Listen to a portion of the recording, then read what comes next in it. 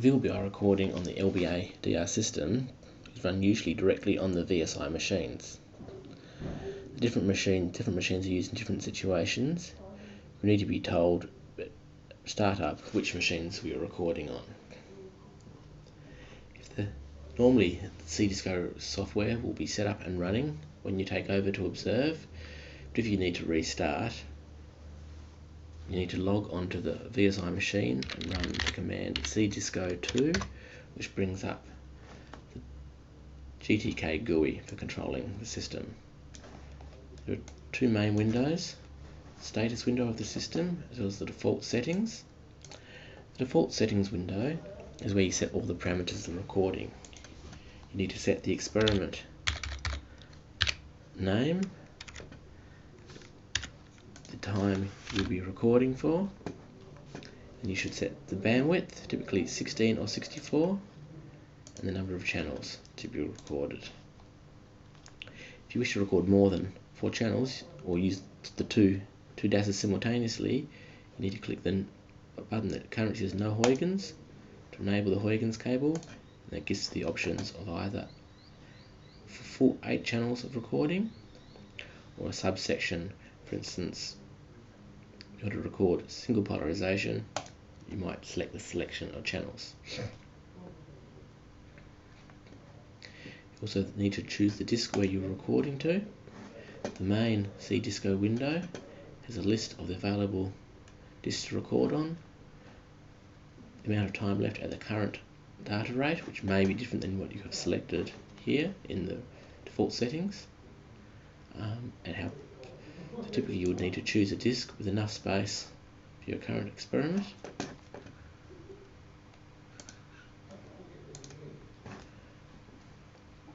However, it should be noted that sometimes you may need to split the recording over 2 disks. If you do so, you just need to stop the recording, change the disk and restart. Preferably do this during a slow. If at all possible, choose a disk with enough disk space for the entire experiment. You would normally have Mark 5B recording and Verta recording disabled, unless you've been told otherwise. If you wish to force the recording to start on a 1-minute boundary, you may select the rounded start. This isn't usually required. When you've set all these values, you must click the submit button to send this into the system. If you do not click submit, these numbers will not be registered. It takes a few seconds for this to get through the system, and you can see the server values are updated to what you set. And then to record, you simply click the Start Immediate Recording button. This brings up the recording status window that will show you once the recording is started, updates of various diagnostics of the system running.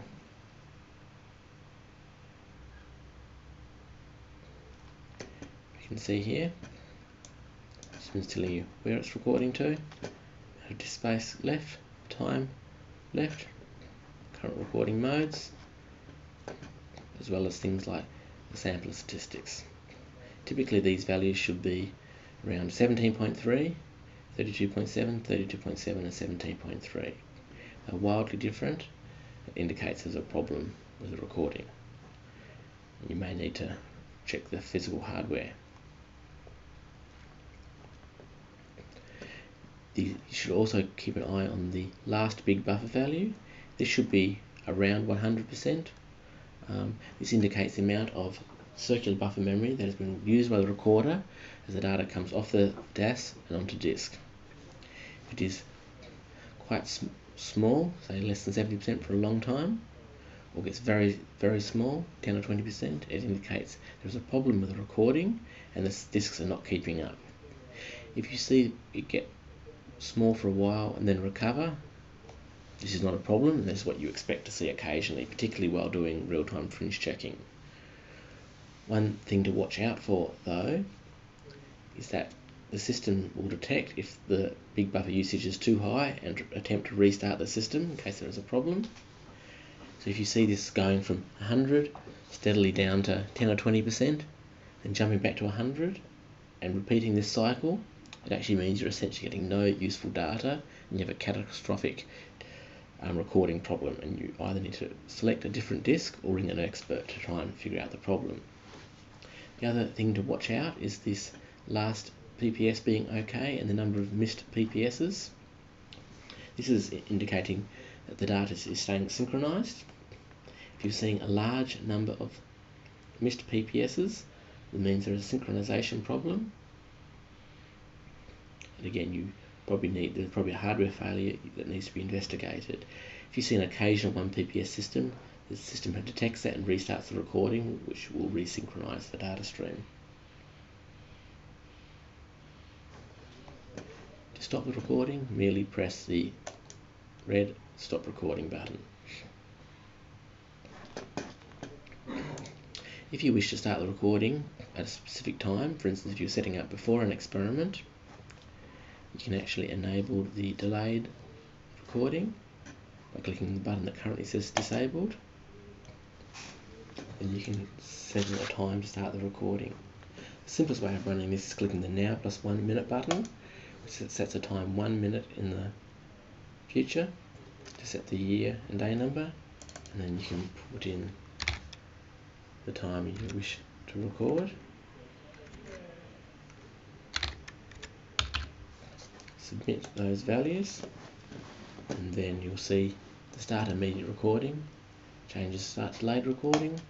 If you click this, the recording will start on the exact time you've requested.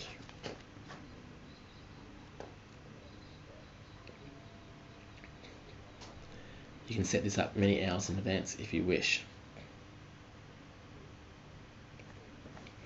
While recording is going, you should also check things like the last file name is a file has a time code within the last minute, indicating the system is still ticking over.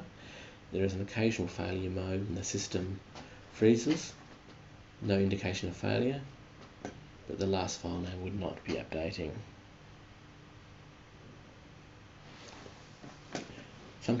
Many times we record onto a remote disk rather than local disk. To do this, you need to click the remote host configuration button to bring up a list of enabled remote hosts that have been pre-configured, and select the one you wish to record on. In this case, we'll select the X cube. Click that. It sometimes takes a few seconds this to be listed in the enable host, but before you can use it, it must be listed in the list of available disks in the main Cdisko window. Once that's selected, you can choose it from the default settings value, and if you submit that value, you can then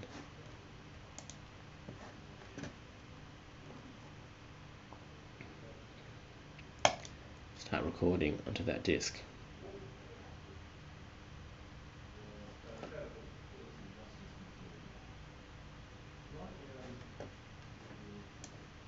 When you're remote recording, if you try and stop and restart the recorder, you need to leave enough time, as it can take some number of seconds for the remote receiving process to quit. To demonstrate this, I'll stop the current recording. If I try and record immediately afterwards, it fails with the error, the receiving process is already running. If you see this, just wait 10 seconds and retry until it starts working.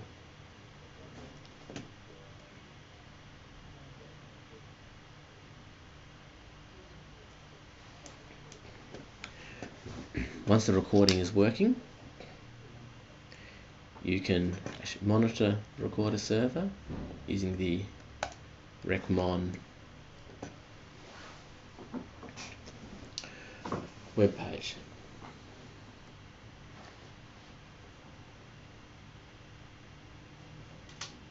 This shows you the status of all the LBADR systems and the current recording state, and sets alarms if there is a process detected problem.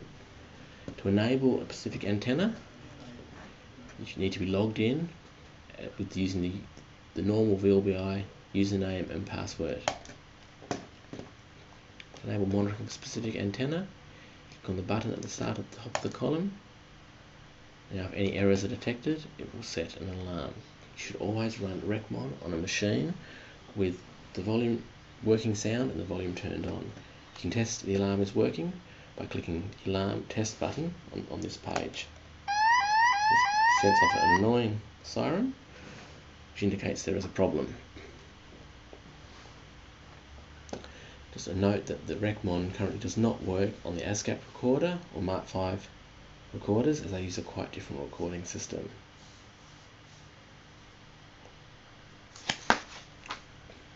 RecMon will set an alarm for any enabled antennas if they are not recording, if there is no network connection, if the disk space is too low, or if the sampler stats are out of range. If you hover the mouse over the sampler stats OK button, it tells you the current sampler stat values.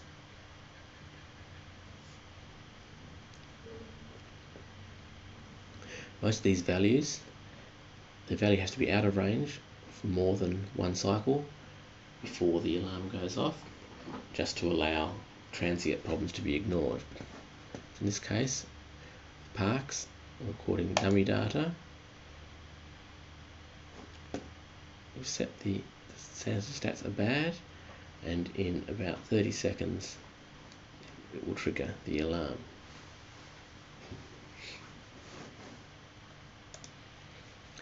If you wish to change the threshold of the alarms, if you're logged in as VLBI, if you click the alarm tab and then click one of the pencil edit buttons for the specific antenna you're looking at, it brings up the alarm settings, and you can change the expected sampler stats and the threshold. The typical 16 MHz or VSOP recording mode has a different distribution of bits compared to the 64 MHz mode. So the 16 MHz VSOP uses so-called VLBA stats. You can click on this button, it sets it to those. Otherwise, if you click the AT stats, it sets it to a different distribution of bits with the threshold. If you set that, click Save, and then you need to change every antenna for which you're changing. But no, this does not work for some reason on Chrome. You need to use Firefox or Safari to change these values. The actual monitoring works perfectly well under Chrome. If for some reason the monitoring page does not seem to be updating, if you go to the Configuration tab, if you click Stop Polling, it kills the process, which is talking to the recorders. The button then changes to Start Polling, and you can then restart it. Usually that fixes any monitoring problems. One thing to note is that the network link to Cdisko can be a little bit unreliable. You may find that it's many times indicating there is no connection to Cdisko and giving false alarms. If you see a lot of this, usually the simplest thing is just to disable monitoring for Cdisko. Though it's best to check on the Skype chat with the observers from Tasmania if they are aware of any problems. Notice now at the moment that MOPRA saying not connected, that indicates that the recorder server process on MOPRA has crashed and needs restarting.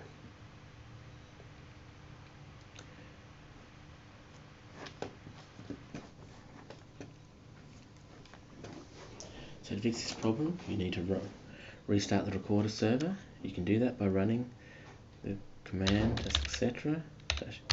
init.d recorder server restart. That forces the recorder server to restart, and the monitoring should then come back to being connected.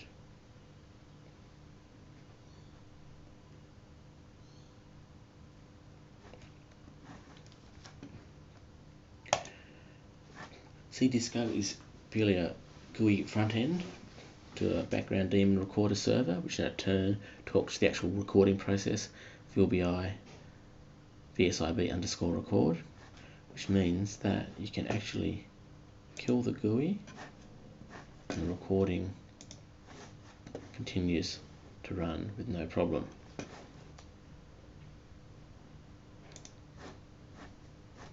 You can then restart the Cdisko process, and recording is restarting. If you do this, however, you lose the status window.